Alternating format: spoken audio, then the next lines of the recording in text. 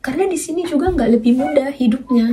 Sampai sini hidup itu lebih rumit, lebih stres, lebih ribet. Halo semuanya, selamat datang lagi di channel Tersenyum Bersama Cila.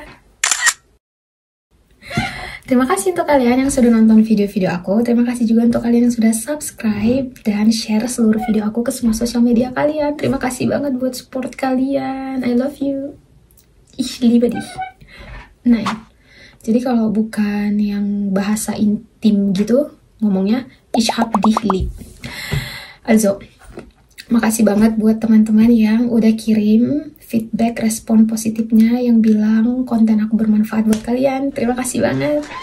Semoga video-video aku lainnya juga bisa menginspirasi buat kalian ya.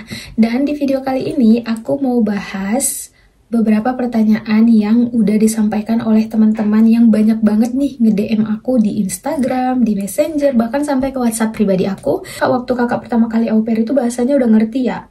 Pengen au pair dulu sih kak, tapi ngurus FSJ di Jermannya takut nggak bisa. Mulai dari teman-teman yang teman dekat aku, dari teman lama yang nggak pernah tuh senggol-senggolan sama aku, sampai orang-orang yang nggak pernah kenal sama sekali. Banyak banget yang datang ke sosial media pribadi aku. Mohon maaf kalau selama ini aku jawabnya belum cukup memuaskan ya. Kenapa? Coba nih kalian bayangin nih, prosesnya itu tuh nggak gampang, panjang banget gitu loh. Kayak permasalahan jodohku gitu loh ya, karena selalu rumit gitulah dia ceritanya.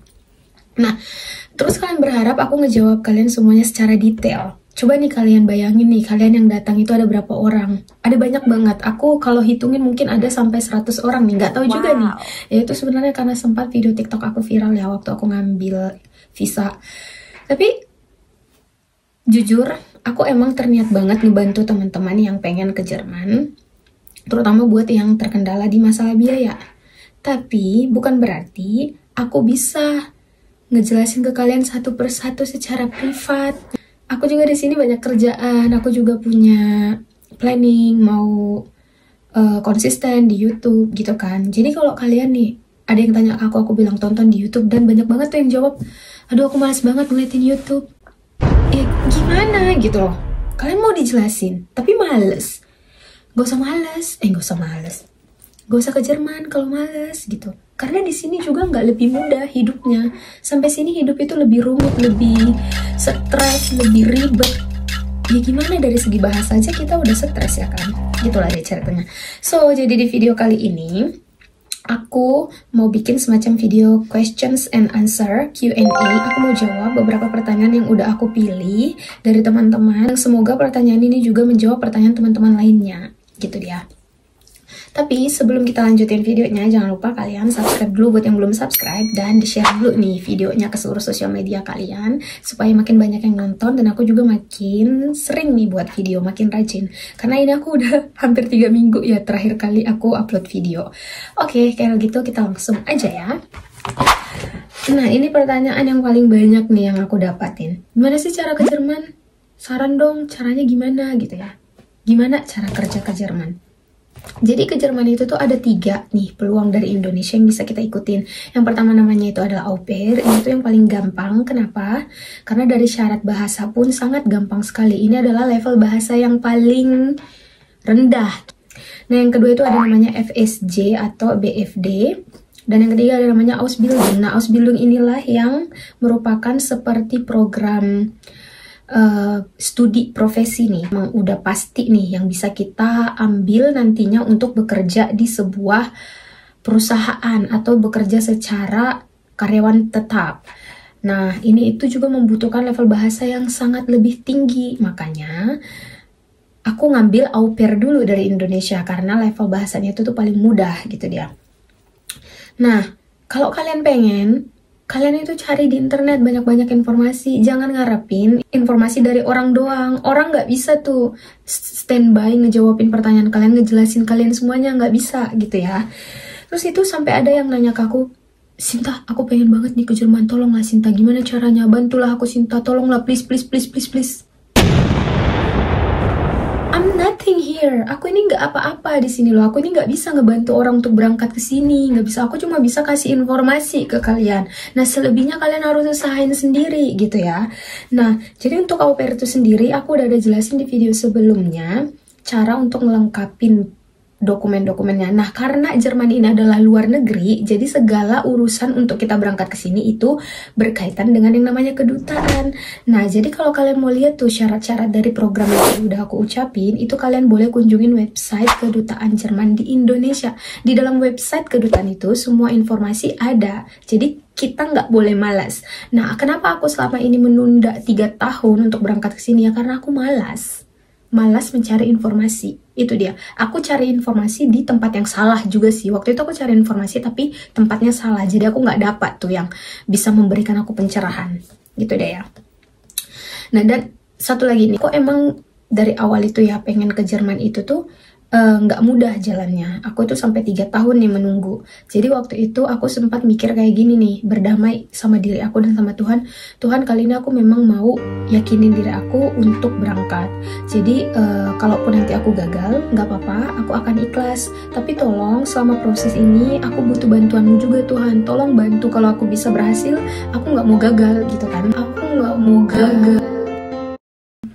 Tapi aku juga sempat janji sama diri aku, kalau seandainya nanti aku berhasil, aku mau bantu nih teman-teman yang pengen ke Jerman tapi tertunda beberapa lama karena mereka tidak punya informasi yang pasti dan mereka itu tidak punya pencerahan, mereka itu dipenuhi rasa takut gitu ya. Jadi makanya aku itu terniat banget nih emang ngebuat video YouTube untuk ngebantu teman-teman yang pengen banget kesini. Ingat ya, yang pengen banget kesini, bukan yang mendadak pengen. Tolong, ini tapi banyak banget nih video aku ini salah sasaran nih. Bukan video aku sih, mereka cuma ngeliat postingan aku di Instagram kalau aku sudah di Jerman, dan mereka itu kayak mendadak tiba-tiba pengen ke Jerman gitu. Sementara apa-apa pun mereka nggak tahu gitu loh. Aku tuh nggak mau ngebuat orang jadi latah ikut-ikut ke sini. Tolong, karena di sini itu tuh nggak gampang. Di sini itu tuh nggak lebih mudah daripada di Indonesia. Jadi jangan latah. Kalau mau ke sini, ya udah cari informasi benar-benar. Karena aku nggak mau menjerumuskan kalian yang udah enak di Indonesia sampai sini terakhirnya jadi luntang-lantung. Karena di sini banyak yang punya masalah. Banyak banget teman-teman sesama au pair setelah di sini tuh mereka punya masalah. Dan itu tuh sangat menyedihkan ya kalau ngedengerin cerita mereka. Nanti aku bahas di video-video berikutnya deh, gimana kisah-kisah au pair yang ada di sini. Oke, kita lanjut ke pertanyaan yang selanjutnya. Ini juga banyak banget nih ditanyain ke aku. Kakak, pakai agent apa mandiri? Gitu kan. Oke, aku jujur, aku berangkat ke sini pakai agent. Tapi aku punya alasan kenapa aku akhirnya menyerahkan diri kepada agent. Karena saat itu memang aku nggak punya informasi yang tepat nih untuk cara berangkat ke sini. Dan aku juga nggak ketemu nih video yang kayak aku udah ngejelasin di video aku. Makanya aku waktu itu tuh akhirnya menyerahkan diri ke agent karena emang aku udah di masa pencobaan terakhir nih. Usia aku itu udah usia yang hampir expired untuk coba au pair. Jadi aku kayak waktu itu yaudahlah pakai agent aja. Meskipun saat itu aku sebenarnya setengah hati karena uangnya mahal gitu loh. Aku itu nabung 1 tahun tuh. Dan itu bahkan uang yang aku tabung 1 tahun itu tuh masih rada-rada kurang gitu loh. Dan aku waktu itu tuh kayak mikir, kalau seandainya gagal gimana? Sayang banget uang aku gitu. Makanya waktu itu aku berdamai sama Tuhan. Nah, dan ada juga nih yang tanya ke aku nih, Kak, sarang dong Kak agentnya yang mana? Please, aku nggak mau nyaranin kalian agent apa-apa di sini. Aku bikin video bukan untuk jadi endorse agent. Aku bikin video justru buat ngebantu kalian memutuskan gimana cara kalian berangkat ke sini. Mau itu lewat agent, mau itu pribadi, itu urusan kalian masing-masing. Aku nggak mau jadi semacam ngompor-ngomporin harus agent, harus mandiri, enggak. Tapi aku kasih kalian pencerahan bahwa berangkat ke sini bisa pakai jalur mandiri gitu loh. Jadi kalian nggak perlu pakai biaya mahal. Nah, perbedaannya pakai agent dan mandiri itu hanya sedikit saja. Kalau kalian lewat jalur mandiri, kalian lebih capek daripada pakai agent. Hanya lebih capek. Bukan berarti kalau pakai agent jadi tidak capek, itu dia. Pakai agent juga kami itu tuh belajar mati-matian, kami juga harus ngisi formulir banyak-banyak, kami juga harus sampai begadang tuh nulis formulir, kami harus begini gitu loh. Dan di video aku sebelumnya juga aku sudah spill ya ke kalian ya cara-cara untuk mencari GF. Jadi perbedaannya itu tuh cuma sedikit itu aja, karena begitu kalian di Jerman, mau kalian pakai jaminan Sundekong sekalipun, hidup kalian itu yang nentuin adalah kalian, Tuhan, dan kantor warga negara asing di sini. Nggak ada tuh kalian bisa ngandalin agent setelah kalian di sini, nggak ada.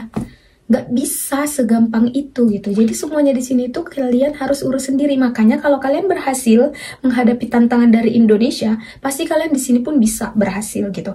Intinya untuk tinggal di sini kita harus banyak-banyak gali informasi, gitu ya. Nah, oke, selanjutnya kerjanya apa? Nah, di sini tuh ada banyak sekali kerjaannya. Tadi itu ada 3 program. Nah, kalau au pair sendiri itu udah pasti akan tinggal dan kerja sama sebuah keluarga. Tinggal sama si keluarga itu kita disediain tuh semuanya, difasilitasin, asuransi, uang jajan minimal 280 euro per bulan. Kalau dikasih lebih ya syukur. Nah, lalu setelah itu dikasih uang les 50 euro per bulan. Dan juga kita dikasih makan, semuanya deh pokoknya. Nah, apa yang kita kerjakan sama mereka? Kita ngebantu mereka ngurusin sebagian pekerjaan rumah, dan juga yang paling pasti itu adalah ngebantuin mereka ngejagain anak mereka saat mereka lagi sibuk gitu. Jadi au pair itu sebenarnya nggak susah, kecuali kita dapat keluarga yang tidak waras gitu ya. Karena di sini tuh banyak banget sih keluarga-keluarga yang nggak waras. Kenapa aku bilang nggak waras? Karena mereka itu ngelimpahin semua pekerjaan rumah kepada si au pair, dan bahkan ngelimpahin tanggung jawab untuk ngurusin anak mereka sepenuhnya ke si au pair. Gitu dia. Tapi puji Tuhan untuk pengalaman aku tidak seperti itu. Cuma memang di pengalaman aku juga agak kurang nyaman jadi au pair. Kenapa? Karena aku tuh punya rasa nggak enakan nih yang sangat banyak, yang sangat tinggi nih. Makanya jadinya kurang nyaman. Ya namanya tinggal sama orang ya. Nah itu dia.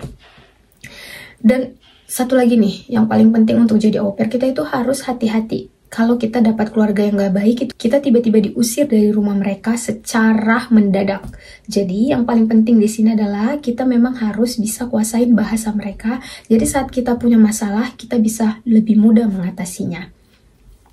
Oke, selanjutnya gajinya berapa Kak? Tadi udah aku bahas ya untuk yang au pair. Nah, untuk yang tadi itu ada program lainnya FSJ, BFD, dan Ausbildung. Ini gajinya lebih tinggi lagi daripada au pair.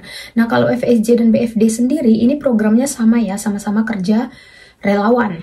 Nah, untuk gaji dari program FSJ dan BFD ini sendiri, itu minimal sekitar 350 euro per bulan sampai 500 euro per bulan. Dan ini biasanya beda-beda juga fasilitasnya. Jadi semuanya bisa dicek di tempat kerja masing-masing. Untuk mengenai lebih dalam lagi aku bahas di video selanjutnya ya. Dan setelah itu ada juga nih yang nanya, Kak, au pair bukannya 1 tahun ya? Kok kakak cuma 6 bulan? Oke, jadi au pair itu emang kontraknya 1 tahun ya rata-rata ya. Tapi ada juga sih yang nggak sampai 1 tahun. Tapi, kalaupun kita punya kontrak 1 tahun, ini kontrak nggak perlu dihabisin sampai 1 tahun. Kita bisa perpendek kontrak tergantung kesepakatan masing-masing dengan si keluarga. Dan bahkan ya, kalau si keluarga yang nggak cocok, ada yang bahkan langsung memutus kontrak dengan si au pairnya diusir dari rumahnya. Jadi saat kita juga sebagai au pair, kalau kita memang nggak nyaman sama si keluarga, kita boleh memutuskan kontrak secara sepihak. Tapi dengan catatan, ingat, sebelum putusin kontrak, kalian harus tahu dulu kalian mau kemana. Karena saat kalian putusin kontrak dengan mereka, kalian harus caw dari rumah mereka. Kalian mau kemana?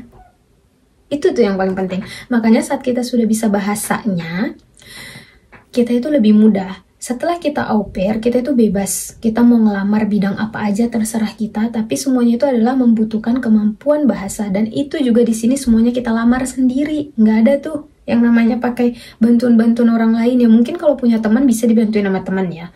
Tapi ya mau ngarapin siapa? Jangan ngarapin orang lain. Lebih baik itu tuh sadar diri sendiri gitu loh.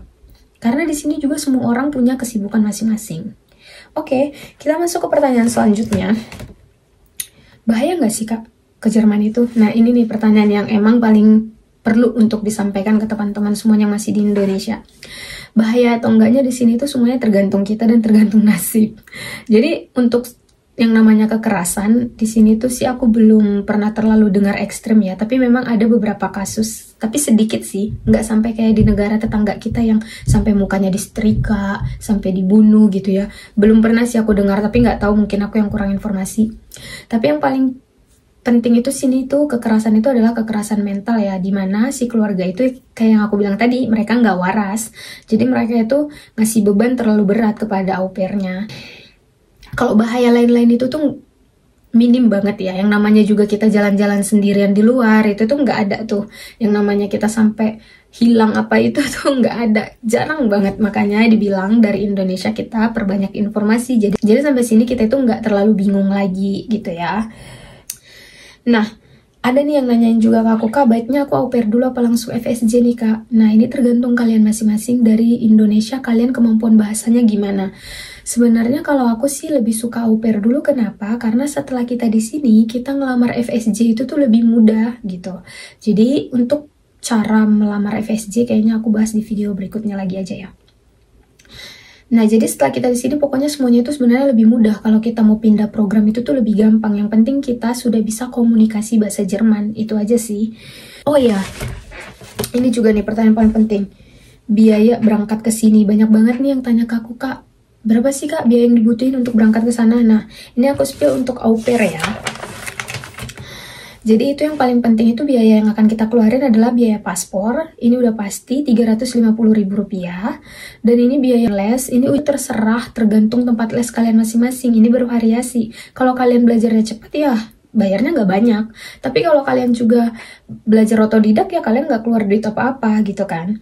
Nah, ini kalian tanya di tempat les masing-masing aja ya. Kalian bebas kok mau les di mana aja. Yang penting tempat les itu tahu program yang mau kalian ambil. Jadi kalian nggak perlu tuh tanya, Kak, lesnya di mana? Nggak perlu, kalian boleh les di mana aja. Selama tempat les itu tahu program apa yang mau kalian ambil, itu tempat les berarti emang sudah berpengalaman lah. Nah, selanjutnya itu ujiannya juga yang paling penting ya. Kita bakalan ujian di Goethe Institute di Indonesia, dan ini per level beda-beda nih. Jadi level bahasa Jerman itu ada A1, A2, B1, B2, C1, C2. Nah, kalau untuk au pair sendiri minimal A1, nah itu level paling bawah. Waktu itu aku bayar sekitar Rp1.600.000 hanya untuk ujian saja. Nah, ini kalau ujiannya gagal gimana? Ya, ujian lagi, bayar lagi. Makanya jangan sampai gagal. Kalau bisa sekali ujian langsung lulus.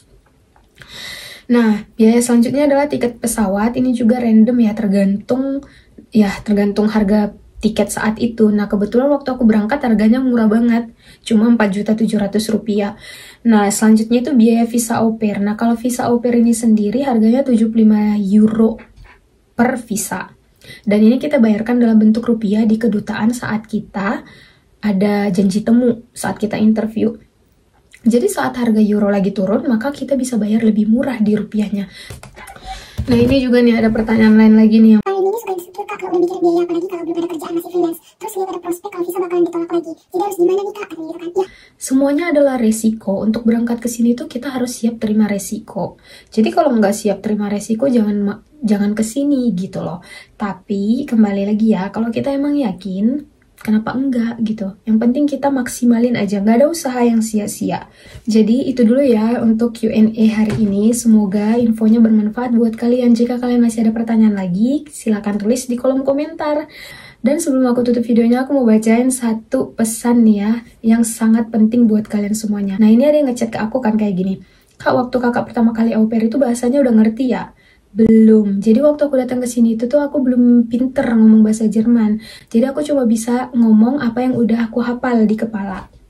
Pingin au pair dulu sih, Kak, tapi ngurus FSJ di Jermannya takut nggak bisa. Nah, dia bilang kayak gitu kan, aku bingung kenapa takut nggak bisa. Kalau kita sudah bisa berangkat au pair ke sini, kenapa ngurus yang lain di sini nggak bisa gitu loh. Terus dia bilang, takut bingung ngurusnya kemana, terus by stepnya itu loh katanya. Ini nih yang paling penting. Kalau kalian takut bingung, nggak usah ke sini gitu loh. Karena di sini itu tuh ya emang semuanya harus bingung. Tapi yang namanya bingung itu ya berarti karena kita paham ya. Paham apa? Paham apa yang mau dilakuin gitu. Nah, supaya nggak bingung intinya tinggal cari informasi dan dilaksanain. Cuma kayak gitu doang kok. Jadi semuanya di sini itu tuh ya emang dijalanin gitu loh. Dijalanin, dilaluin, pasti jadi nggak bingung. Kalau kita belum lalui memang bakalan bingung. Apalagi kalau cuma dipikir-pikir ya, sama kayak waktu aku dulu masih di Indo, aku juga dulu mikirnya, nanti aku di Jerman gimana ya. Semua Itu tuh pertanyaan kepala itu isinya gimana? Ya, gimana itu tuh nggak bakalan kejawab sebelum kita lalui. Jadi itu dia, intinya kalau mau kesini harus siap menanggung resiko, dan harus siap capek, dan harus siap ribet, dan harus siap cari informasi sebanyak-banyaknya. Kalau kalian tidak mau memiliki masalah dalam hal tersebut, lebih baik nggak usah di sini. Berdiam diri aja di Indonesia. Oke, segitu dulu video kali ini. Terima kasih untuk kalian yang sudah nonton. Jangan lupa di subscribe, nyalain tombol loncengnya, dan share videonya ke seluruh sosial media kalian. Terima kasih, sampai jumpa di video selanjutnya. Semoga kalian suka videonya dan semoga videonya membantu. Dadah, cus.